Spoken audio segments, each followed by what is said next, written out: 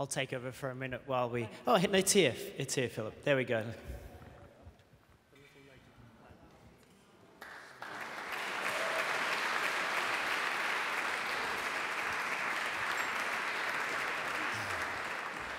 Well, which is the most important piece, the replica or the badge? Wow, tough question. Both of them are very beautiful, and I'm really proud that I can be a member for life. It was my dream before this tournament, actually, this year. So now I'm happy that and honored to be a member. Congratulations. Now, I was reading your Twitter account, and there was a couple of really beautiful pieces that you put up, and I'm going to quote them. It said, "Today I dared to dream, and my dreams came true.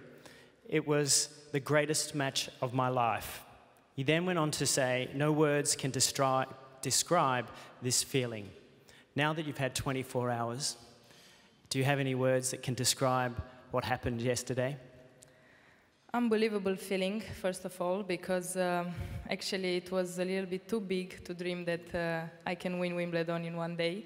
But my mom said a few years ago, actually about 10 years ago, that if I want to do something nice in tennis, I have to play the final in Wimbledon. So just to play it. So even if I won, it's even bigger. So I'm really happy, and it's something special for my career and my life that I could win Wimbledon. What about the messages that you've had? Because I've seen messages from the great Martina Navratilova, Boris Becker, welcoming you to the club. And you have a French already, but winning here, I think, is the most prestigious tournament in the world. How has that changed your mindset to have those players feeling that you're in their group? Yeah, it's pretty amazing that these people, legends of tennis, welcomed me in this membership of life in Wimbledon. So I was very honored and, you know, like very, very nervous when they came to me. And also Petkesh told me yesterday that welcome to the club. So it's pretty amazing, and it's actually tough to explain what I feel. Maybe after I retire in tennis, I will have the better feeling how it's to come at Wimbledon and feeling like home. You didn't think about talking about Kashi. You didn't think about racing up into the players' box. You know they put a little door in there so that you can get in now. Was that ever in your mind?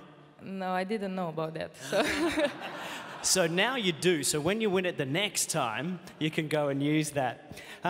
Tell us a little bit about the practice week that you had leading in here, because it's my understanding that you had the opportunity as a top 10 player to get a little bit of extra practice, and you thought, oh, well, I'll take advantage of that.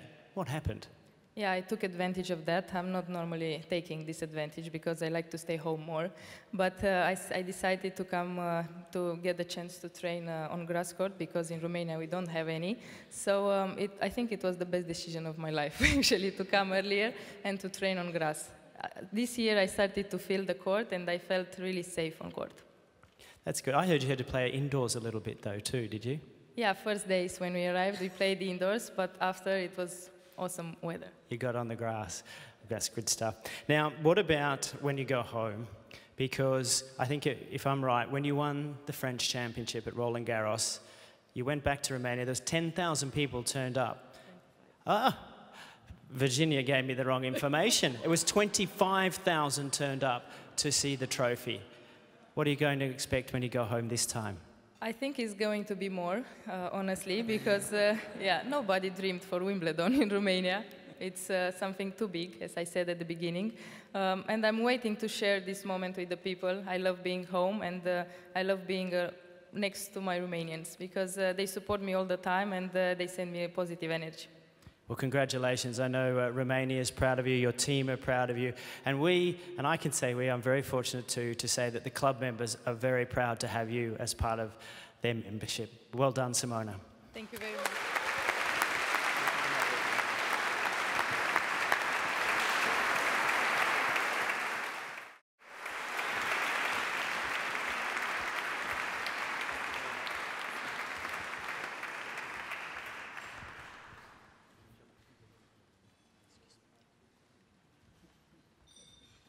Well, Novak, look at that, isn't that magnificent?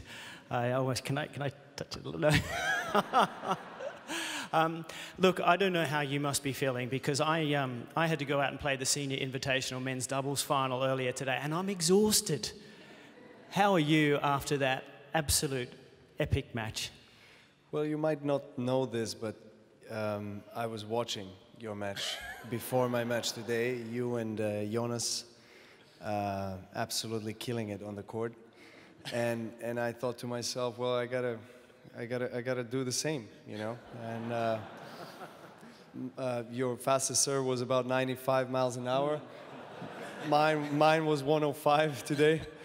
So I think you inspired me. I wasn't expecting that, folks. Talking about today, one of the things that stands out when we watch you is your unbelievable defence. And it's extraordinary how you can be out of a point and all of a sudden neutralise it. And it's my understanding that your movement comes a little bit from what you do in the mountains. Is that right? Can you tell us a little bit about that? Well, I had to have pretty good defence today because, you know, for most of the match I was on the back foot, to be honest. I wasn't serving my best, and Roger was dictating the play from back of the court, and so I fought, you know, I fought a lot, and I spent a lot of time during the match quite far behind the baseline. But I'm accustomed to that. I'm used to it. You know, I like sliding on any surface. I think it has to do something with my childhood when I was skiing a lot. So it might be the case, might not be the case, but I guess, you know, that the amounts of skiing and sliding on the ice and on the snow has, I guess, adapted my ankles to that kind of motion. And ever since that time of my professional, so to say, career, as a young boy, I've you know, trained on sliding on the court, so I actually enjoy it. So all the juniors out there are going to be going up the mountains and doing that. Don't do it, no. What about today too, when you finished the match, you walked back out to the court and you got down, and I thought you were going to kiss the court first, but then you ate the grass. Now, I think you might have done that before, but tell us what that that experience tastes like and why you do that. Why has that become your trait? I don't know, I just love the grass. I guess it has become a tradition, and I don't know, before, like Simona, you know, Wimbledon was always a dream for me, and I used to make I used to make this trophy with improvised material in my room when I was 7 years old, and kind of visualize myself as a winner.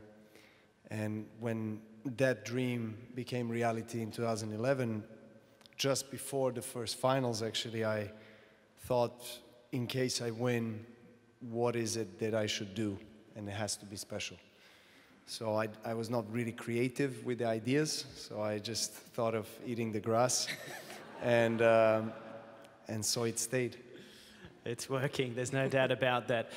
Philip talked about the fact that you've now tied 5 Wimbledon championships with the great Bjorn Borg. I grew up idolising him.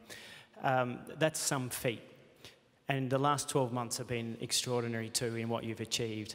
What mission and goal do you set from here? Well, you know, it's a privilege and honor to be mentioned alongside Bjorn Borg and the greats of this game that have paved the way for myself, Roger, Rafa, and all the players of this generation. Obviously, Wimbledon stands out as the special tournament, not just in my eyes and in my dreams, but of many, many other players. And you know, I'm honored to be in the same room with Mr. Rod Laver and Manolo Santana, and of course, everyone who has made the history of this sport and made it all possible for us to compete in such a wonderful sport and to be recognized as a successful global athlete. You know, I'm 32 now, even though I don't look really at age You look all right. In any way but just a number, as Roger does. I think that I have a few more years in my legs, and if everything goes the right way, if I manage to balance things out with my private life, because I'm not a tennis player only, obviously. Firstly, I'm a father and a husband, and as long as I have the support from the closest people in my life, I'll be able to thrive in the sport that I truly love. And if I get to compete, it will always be at the highest level, I hope, with tendencies to win these trophies. Well, I think you heard it here, folks, that he's after the record. In other words, yes. There we go. We got it. Simona, come on in here with me too. We'll go forward a touch here, and we'll talk to both of you. Two very different types of finals. I'm sure watching this fellow have the successes he has inspired you. It's two now, but it seems like for you there's an opportunity to maybe win quite a few more. Wow, I hope. I have to ask him how he did it. I know it all of work, a lot of work, and he's a great champion, so congratulations again for everything you have done, and good luck for the new records. Yeah, I always learn from the champions, and I try to get better as much as possible, and being relaxed on court, I have learned that there is a better chance to win big matches. What would you say to Simona, knowing the experiences that she's going to come into in these next couple of years? Well, first of all, huge congratulations. I was just telling her on the table that it was really impressive how she handled herself in the first Wimbledon finals against, all-time great. And, Serena is a fierce competitor, someone that has won Wimbledon titles so many times before. She was in that position many, many times before. And, Simona showed why she's a great champion. And I definitely wish her many more successes to come. She's got it all.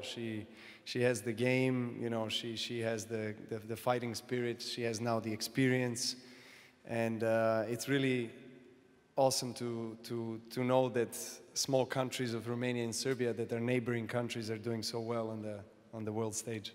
Dominating, one would say. I'm going to step aside for a moment just to let everybody see these two great champions together. What a weekend of finals that they produced for us. Would you put your hands together for our Wimbledon champions of 2019, Simona Halep and Novak Djokovic.